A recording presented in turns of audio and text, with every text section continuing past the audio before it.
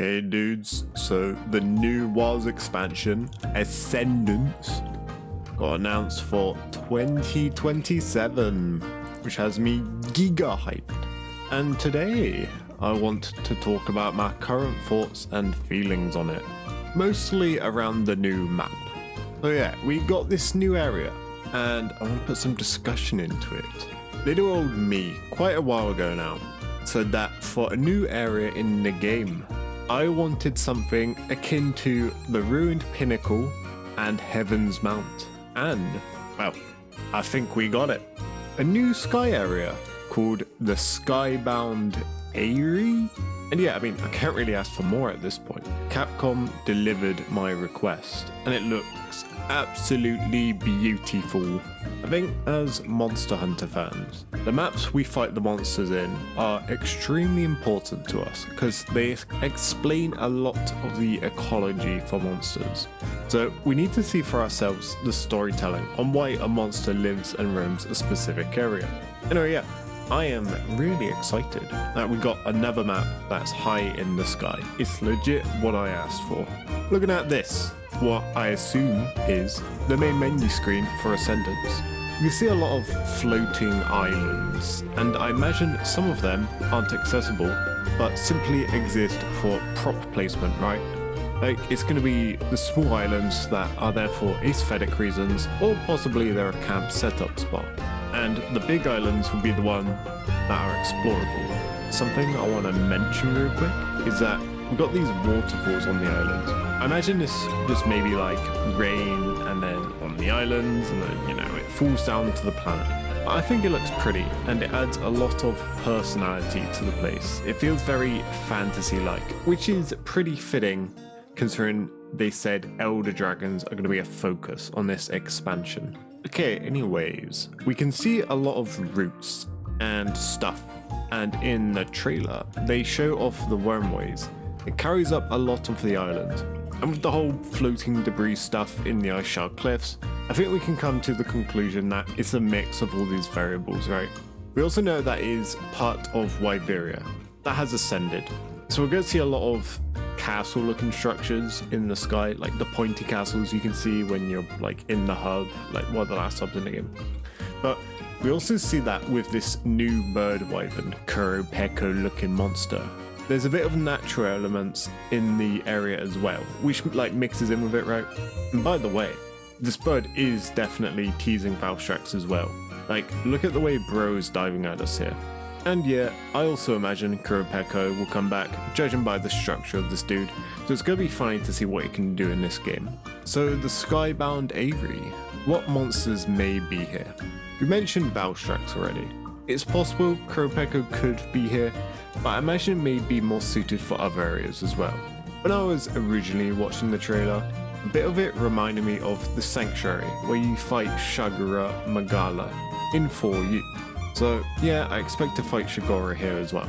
If they name the quest Stop the Wheel, then I might just like cry. Maybe I just stop existing. It is possible that given the vibe of all of this, we may find Malzeno in a castle up here.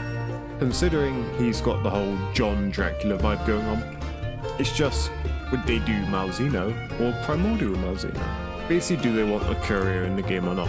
I think they'd probably just do normal Malzeno. Yama Tsukami would probably work here as well, since he just floats around everywhere. Maybe takes a little break on a floating island, and it could be cool to see Dalamadir somehow wrapping around all the islands. But I think he'd probably get his own area, perhaps somewhere nearby. We're also seeing Guardians get up here as well, and specifically we are seeing Guardian Anja and Odo up here as well. So unless they are here for showcase reasons, we will probably see a lot of other non-flying monsters up here as well. This area is just really cool. It's a sky map, yet still has the possibility of featuring a diverse range of monsters up there. I think it's worth mentioning. Considering the Guardians are appearing in areas outside of Wyveria, will we see a Zuru following them? Because Zuru eats Guardians, right? Or maybe some variant of Zuru. I had a theory before that we'd get a Zuru variant that doesn't have the sharp blades of a normal Zuru on its tentacles, but instead it uses some sort of venom. Like the really potent type that Dread Queen Raytheon has. Maybe it's got like these Komodo dragon vibes where it infects you, right, and then it just follows you about and waits. I don't know, I think it's a pretty cool idea. I wouldn't be surprised if we do get some sort of cephalopod monster up here. Like imagine it just like floats between islands in some funny way, like inflates itself or something. It would be peak. I could also see some sort of fanged wyvern up here that could easily jump between islands. Maybe like a kangaroo monster, right? Or maybe they just, bring Zynoga back and Zynoga lives up here. For me, this map has already delivered a lot of requests I wanted for mastering.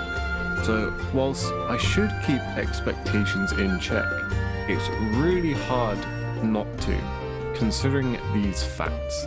Wilds released in a state which wasn't the best for a lot of people. The game felt like it lacked one of the main design points of the game, which was an endgame, until the Talisman patch came out. So perhaps we should be a little conscious of this as well. But it is common that they learn of the mistakes in base game and majorly improve on them in mastering. So take it as you will, I think it's okay to be excited. There's also the whole difficulty discussion as well, but there's a lot of variables in this game that change the difficulty in my opinion. So it's quite a deep dive to discuss, but they did admit before they intentionally didn't design a skill check monster in the game. I imagine they will for mastering. The new map just looks so cinematic as well. I love how open it is. It gives us a lot of possible camera angles for like sick attacks, right? Like Sapphire Starlight, it zooms out when it's happening. And I can already see the camera zoom out for this new bird Rythan pack diving at us, right? And it's inevitably gonna happen where Valshrak dives at us and the whole camera zooms out and it's gonna be peak. I know he hasn't been confirmed yet, but Valshrak's in a mainline game hasn't happened yet. Like surely it's gonna be so good, right? It's gonna happen. Like with this engine and graphics, Valshrak's with this engine and graphics, it's just gonna look so good. It is very possible this becomes one of my favorite maps in the franchise. I'm already loving it by this sneak peek with it, and we haven't even seen it with the whole weather system yet. Because, that was in base game, they didn't really do too much of it. I'm already imagining how it could look with specific Elder Dragons in the area. Like, we already got Kushala, but he was shown in the desert, like the plains. Though it's possible he could be up here as well. Maybe a cheeky Kirin, or another Thunder Elder Dragon just causing lightning everywhere. Heck, maybe even a new radar variant. Considering it's a map in the sky as well, it seems like it's going to have a lot of verticality and escalation to it, which I felt was somewhat lacking in Wilds, which is weird because I feel like some maps, like Wyveria, right, it should have felt more present, but it really didn't. I want to feel verticality a lot in this area when I'm fighting. Do some sick things from height, or even let me fly about from high places since we had the Sacred Edge. Let me feel that freedom of flying. But yeah, it was like I feel like you compare the verticality and how it affects gameplay compared to like World with like the ancient forests and core islands and stuff. It didn't hit as hard. So here's hoping we feel it in this area. Also imagining how it could look at night with all the stars out.